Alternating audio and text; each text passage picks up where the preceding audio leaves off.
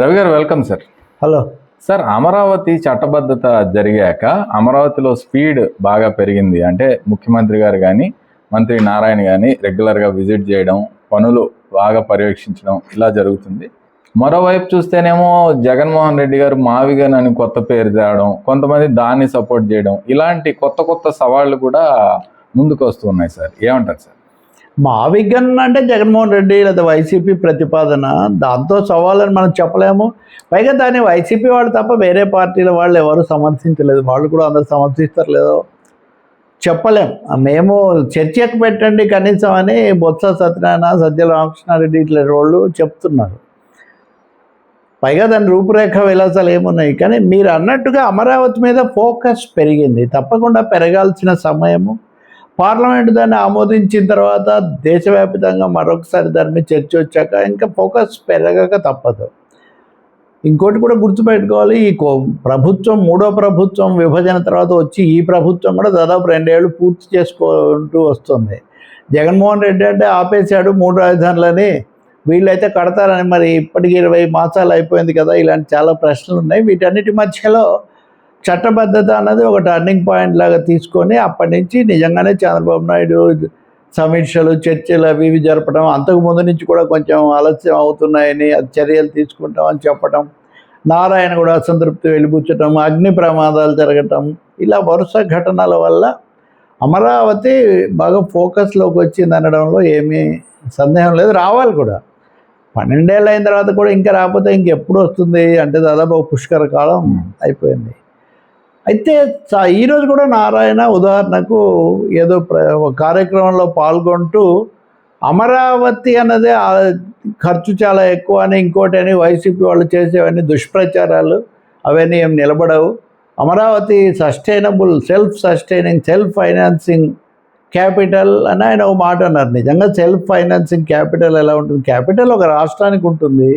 కానీ ఆయన చెప్తున్నారు 5,000 ఎకరాల ల్యాండ్ బ్యాంక్ మా దగ్గర ఉంది అని చెప్తున్నారు.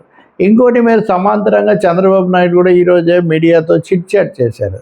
అక్కడ ఆయన చెప్పారు, ఇప్పుడు ఎకరా 2,000 కోట్లు ఉంది, ఇంకొంతకాలం ఆగితే ఇది 10 కోట్లు అవుతుంది, ఇంకా మేము చాలా భూమి కూడా తీసుకుంటున్నాం, కాబట్టి దీన్ని అంతటినీ లెక్కేసినప్పుడు ఇది సెల్ఫ్ ఫైనాన్సింగ్ సిటీ, ఇది కొంతమందికి అర్థం కాదు, అది ఇదనే ఆయన చెప్తున్నారు.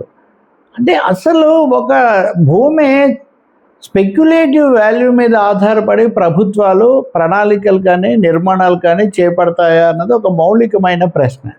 స్పెక్యులేటివ్ వాల్యూస్ అనేవి పెరగవచ్చు, పెరగకపోవచ్చు, అనుకోని విఘాతాలు రావచ్చు. ప్రకృతి నుంచి ప్రపంచ యుద్ధాల వరకు అనేకం ప్రభావితం చేస్తాయి. ఇప్పుడు చూస్తున్నాం కదా మనం. కాబట్టి ఆ భూమి ఎంత ఉంది, ఆ భూమి ఎన్ని రోజుల నుంచి కూడా ఉంది కదా ఏదో రూపంలో, మీరు ఉపయోగించినా జగన్ ఉపయోగించకపోయినా. అందువల్ల అదొక వాదన కోసమే మనం పెట్టుకోవాలి. కానీ నిజంగా అయితే క్షేత్రస్థాయిలో ప్రపంచ బ్యాంక్ ఇచ్చిన నిధులతో 49,000 కోట్ల పనులు గ్రౌండ్ ఏదో చెప్తున్నారు.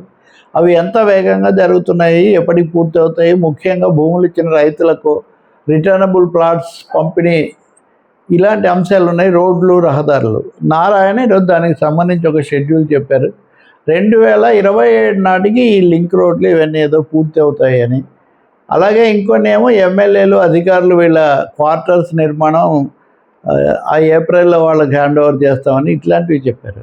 అంటే ఇవన్నీ దేనికి అదిగా ఉన్నాయి. మళ్ళీ మీరు కనుక చూస్తే అమరావతి అనే ఒక గ్రాండ్ డిజైన్ మీరు దృష్టిలో పెట్టుకొని చూస్తే ఒక రూపం వచ్చి అక్కడి నుంచి పనులు, అక్కడికి జనం చేరడం, ఇవి ఎప్పుడు జరుగుతాయి? ఇలాంటి ప్రశ్నలు ఇప్పుడు కూడా ఉత్పన్నమవుతాయి. ఇంకా మూడవది నిధులు. ఇప్పుడు కనీసం ఇంకో 60,000 కోట్లు కావాలి అమరావతికి.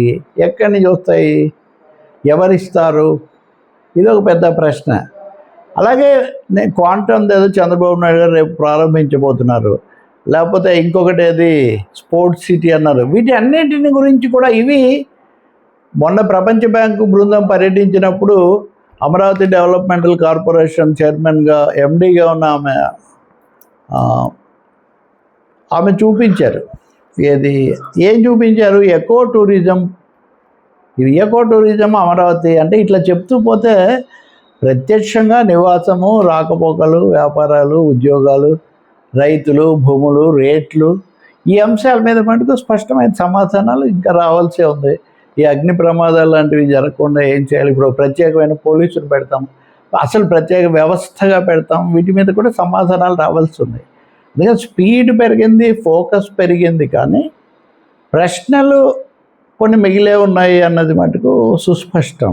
నేను ఇంతకుముందు కూడా మీకు చెప్పినట్టుగా 2000 సంవత్సరంలో ఏర్పాటు చేసిన నయా రాయ్పూర్ లాంటి రాజధానిలో ఇంకా కొలికి రానప్పుడు ఇప్పుడు ఇంకా సగంలో ఉన్నది ఏమవుతుందని. తప్పకుండా వేగవంతం చేయమని దీని అంతటి అర్థం.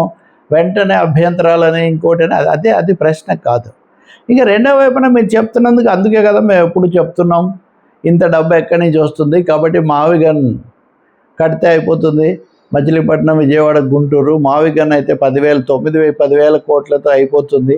మీరు కట్టలేదు కదా. ఇప్పుడు వైసీపీ వాళ్ళకు మరీ ముఖ్యంగా వాళ్ళ అధినేత జగన్మోహన్ రెడ్డికి ఒకటే ప్రశ్న, ఇప్పుడు మీకు ఛాయిస్ ఎక్కడ ఉంది? ఇప్పుడు అసలు ఆ చర్చ ఎక్కడుంది? అమరావతికి చట్టబద్ధత తెచ్చుకున్న సమయంలో అమరావతి మీద చర్చ జరగకుండా మావిగన్ అంటే వల్ల ఉపయోగం ఉంది? దాని మీద ఆసక్తి చాలా పెరిగింది, అందరూ మాట్లాడుతున్నారు. తప్పకుండా మాట్లాడతారు. ఒక మాజీ ముఖ్యమంత్రి అంతకుముందు దాన్ని ఆపి 3 అన్న ఆయన ఇంకో కొత్త ప్లాన్ బి తీసుకొస్తే దాని గురించి మాట్లాడడం, పైగా మా సోషల్ మీడియా మాలాంటి వాళ్ళు అంతా ఉన్నాం, దాని మీద జనాలు మాట్లాడతారు. కానీ వ్యతిరేకంగా మాట్లాడిన వాళ్ళు, అనుకూలంగా మాట్లాడిన వాళ్ళు మీరు ఒక్కసారి గమనిస్తే వైసీపీకి చెందిన వాళ్ళు ఎవ్వరూ దాన్ని బలపరుస్తూ ఇప్పటివరకు మాట్లాడలేదు. ఈరోజే వాడు పార్లమెంటరీ నాయకుడు ఒక టీవీ ఛానల్ ఇంటర్వ్యూలు ఈరోజే మాట్లాడుతున్నారు. వివి రాఘవులు సిపిఎం నాయకుడు ఈ పరిపక్వత లేని మాటలు, ఏదో ఒక దాన్ని కట్టుబడి ఉండాలి అని ఆయన అన్నారు. ఏబి వెంకటేశ్వరరావు మాజీ ఐపీఎస్ సొంత పార్టీ కూడా పెడతానని ప్రకటించారు. ఆయన చెప్తున్నారు అసలు జగన్ చెప్పేవి నిజం కాదు, అమరావతి ప్రారంభోత్సవ ఆహ్వానాన్నే ఆయన తిరస్కరించారు, ఆ రోజు రానన్నారు ఆయన. అప్పుడేదో భోజనాలు పెడితే కూడా ఆయన రాలేదు. అప్పుడేమి 1,00,000 కోట్లు ఈ ప్రణాళిక ఇవన్నీ ఏం లేవు కదా. కాబట్టి ముందు నుంచి ఆయనకు అమరావతి అంటే పడదు, ఏదో ప్రత్యేక కారణం వల్ల మాకు తెలియదు. అందుకని మావిగన్ అంటే ఏదో అమాయకంగా తెస్తున్న ప్రతిపాదన కాదు, దీని వెనుక ఒక స్పష్టమైన ఆలోచన ఉంది అని గుడివాడ అమర్నాథ్ మాజీ మంత్రి ఆయన కూడా మాట్లాడారు. ఇంకా వైసీపీ వాళ్ళు వరుసగా మాట్లాడుతున్నారు. అంటే ఏదో ఒక విధంగా అది, ఎందుకంటే వీళ్ళు అధికారంలో ఉన్నారు కాబట్టి నిర్మాణము, చర్చలు, సమీక్షలు, విమర్శలు ఉంటాయి. అధికారంలో లేని వాళ్ళకి ఏముంటుంది? కాబట్టి వైసీపీ వాళ్ళు దాని గురించి చెప్తూనే ఉంటారు, కానీ అదేమి పెద్ద నిలబడుతుంది అని నేనేమి అనుకోవట్లేదు. ఇంకోటేమో ఆయన ఉన్నప్పుడు అందరి అభిప్రాయం అడగలేదు, ఈయన అడగడం లేదు, అసెంబ్లీకి వెళ్ళి ఈయన చెప్పరు. సో కామన్ డిస్కషన్ గ్రౌండ్ ఏముంది ఇక్కడ? ఉదాహరణకు జగన్మోహన్ రెడ్డి శాసనసభకు వెళ్ళి మావిగన్ అని చెప్పుకున్నారు అనుకోండి, దానికి కొంచెం విలువ ఉండేది. ఇప్పుడేం లేదు కదా.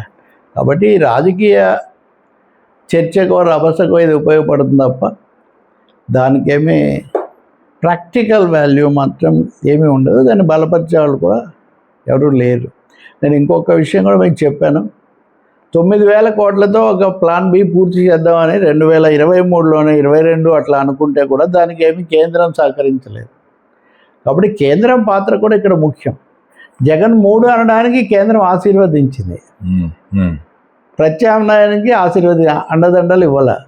ఇప్పుడు చంద్రబాబు నాయుడు కూడా చాలా వెంటబడితే 12 ఏళ్ల తర్వాత, కొత్త ప్రభుత్వం వచ్చాక కూడా 2 ఏళ్ల తర్వాత దాన్ని పార్లమెంట్లో పెట్టారు. అంతేగాని ఎవరు ఊగిపోతే ఎవరు మాట్లాడలేదు ఇంతవరకు. అమరావతికి మేము అండగా ఉంటాం, అమరావతిని మేము పూర్తి చేస్తామని ఎవరన్నా చెప్పడం మీరు చూడలేదు.